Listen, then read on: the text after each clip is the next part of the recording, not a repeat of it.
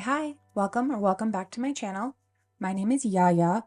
Today we are here on Knee Reach and we are going to be doing a build for Marlo.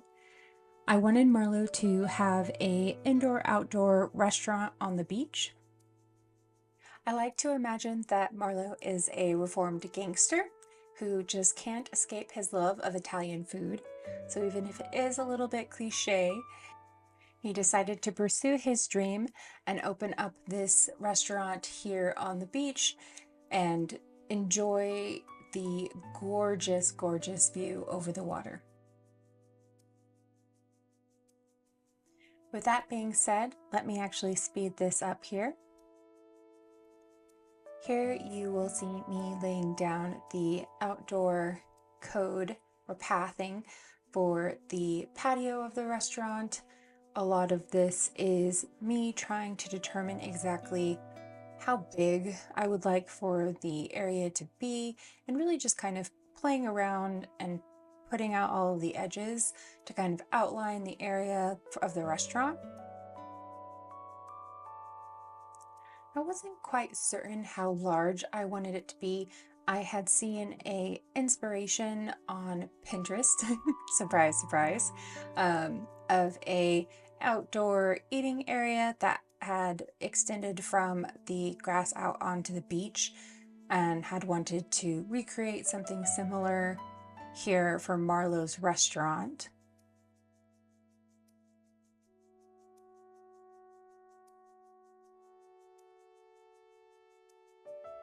I felt like this was a lot of trial and error for me. I don't have a lot of experience putting down code on the beach, and so figuring out exactly how close to the water I could lay down code in some spots versus others. I feel like it took me a while to kind of figure that out.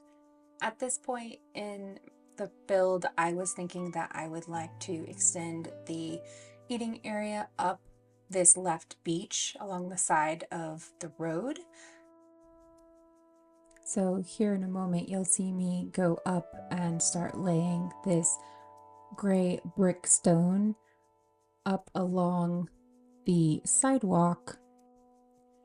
The idea was to incorporate the rocks here along the left side of the beach all the way up to this crosswalk, making it feel a bit more continuous and whole. However, pretty quickly in this process of putting down codes, I realized that I could not put down the brick cobblestone, I guess, pathwork here down in all of the spots that I wanted to for it to have a truly continuous feel. And so it's at this point where I kind of scrapped that idea and decide to limit the restaurant eating area just up to the road that runs along the back of Marlo's house. So here, as I remove the code, you'll see me just take that path. Oop, pause, balloon. Always gotta get the balloons. All right, continuing on, here you'll see me going back and just filling in the rest of the brickwork along the eating area.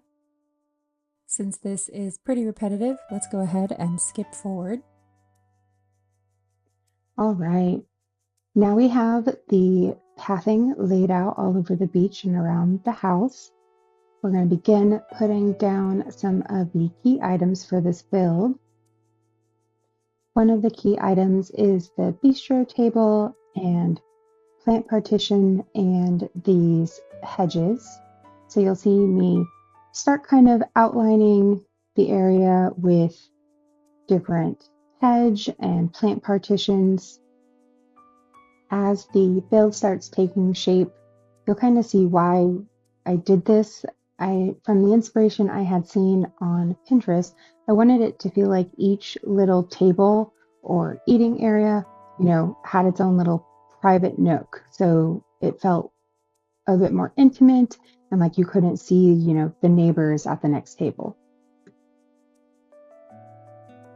All right, now that our pockets are reloaded, apart from the plant partitions, which you see here, the hedges and the bistro tables, I also wanted to include a couple of additional warm brown tones, so ended up adding the wooden partition and normal brown. And in the Pinterest inspiration, the evergreen ash tree was a big key piece in that inspiration. And so really wanted to incorporate those trees throughout this build to kind of help give that illusion of each eating area um, has some separation and privacy. So from here, I might speed up the play a little bit more and let you watch the long process. A lot of this is me putting items down, picking items up, putting it back, trying out different configurations. Um, but I will let you enjoy and come back in a minute.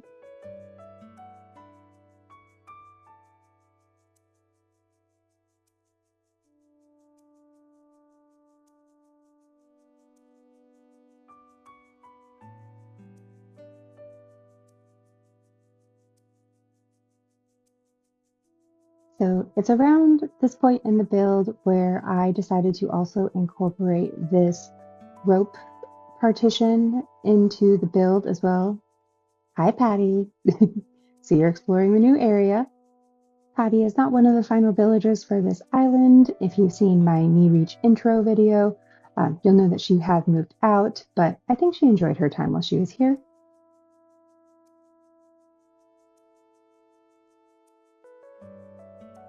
Here I'm reviewing which poster signs can be customized and trying to decide which menu chalkboard I would like to use for the restaurant. So you'll see me kind of put them there and kind of see what they look like side by side.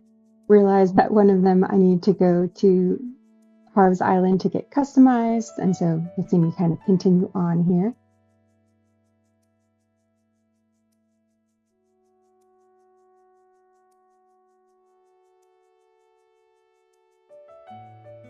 You'll see me go back and forth here for a minute and decide to swap to make the bistro tables that I have in brown and black kind of alternating colors versus having two of the similar colors sitting next to each other. I'm a little bit of a pet peeve about that. I want them all to be the same or equally alternating.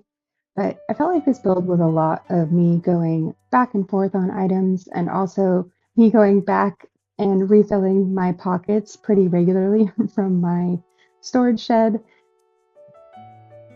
Here I'm moving back to the separation area between the main road and the restaurant.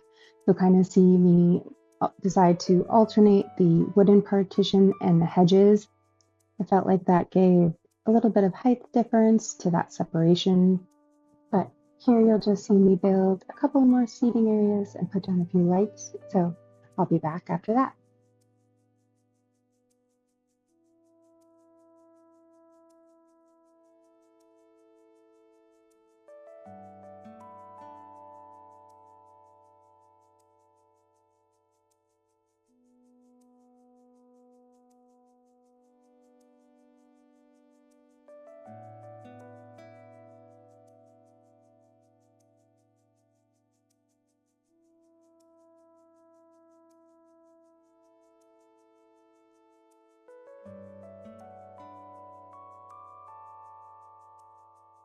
Now, here is the point in the build where I feel like I really started to struggle. This curve of the island where it meets the beach, I really struggled with this area, trying to decide what items could fit, what filled the space, and then I ended up having to take a pause. Here in a second, you'll see us jump to later in the morning. Okay, so here we are. I think I will let you watch this process. It's a lot of pick up, put down, see where I like things, see where I don't like things, mostly because I wanted the area to still feel mostly walkable and not completely inaccessible. So I will let you watch this convoluted process and be back.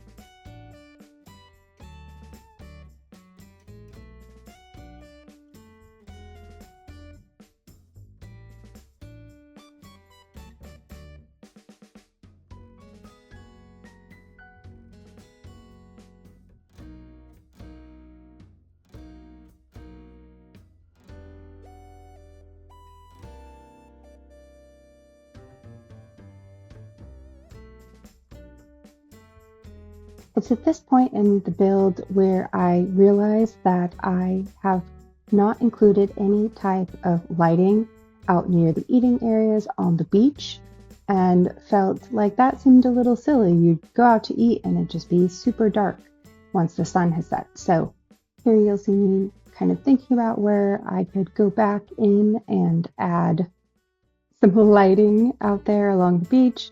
But anyways, we get there eventually.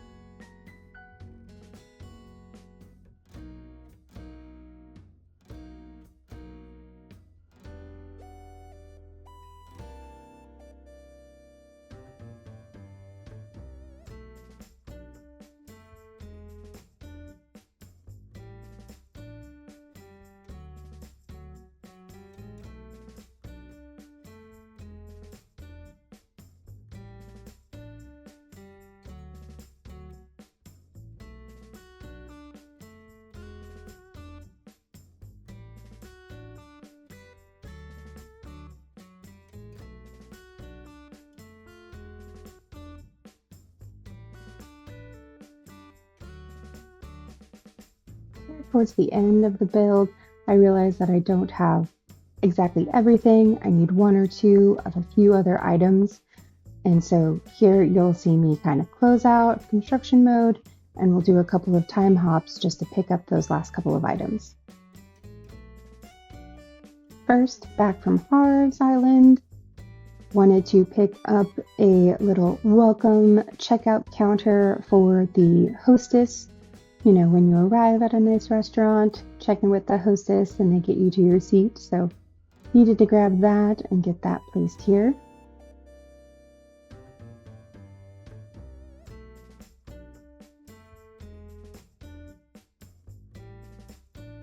I also wanted to include more of the in-game custom patterns that you're able to get from Sable when you talk to her, you know, in the Able Sisters. So ended up using that one for the flag.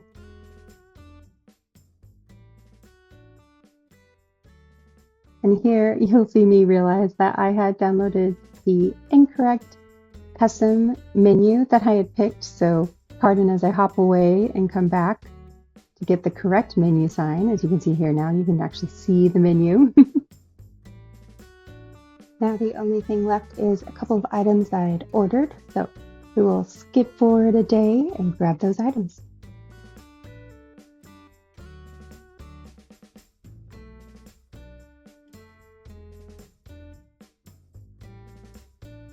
Yes, and here arrived is the other round street light, so that way our friends enjoying their dinner on the beach are not sitting in complete darkness. I'm just going to run around and drop off these last few items.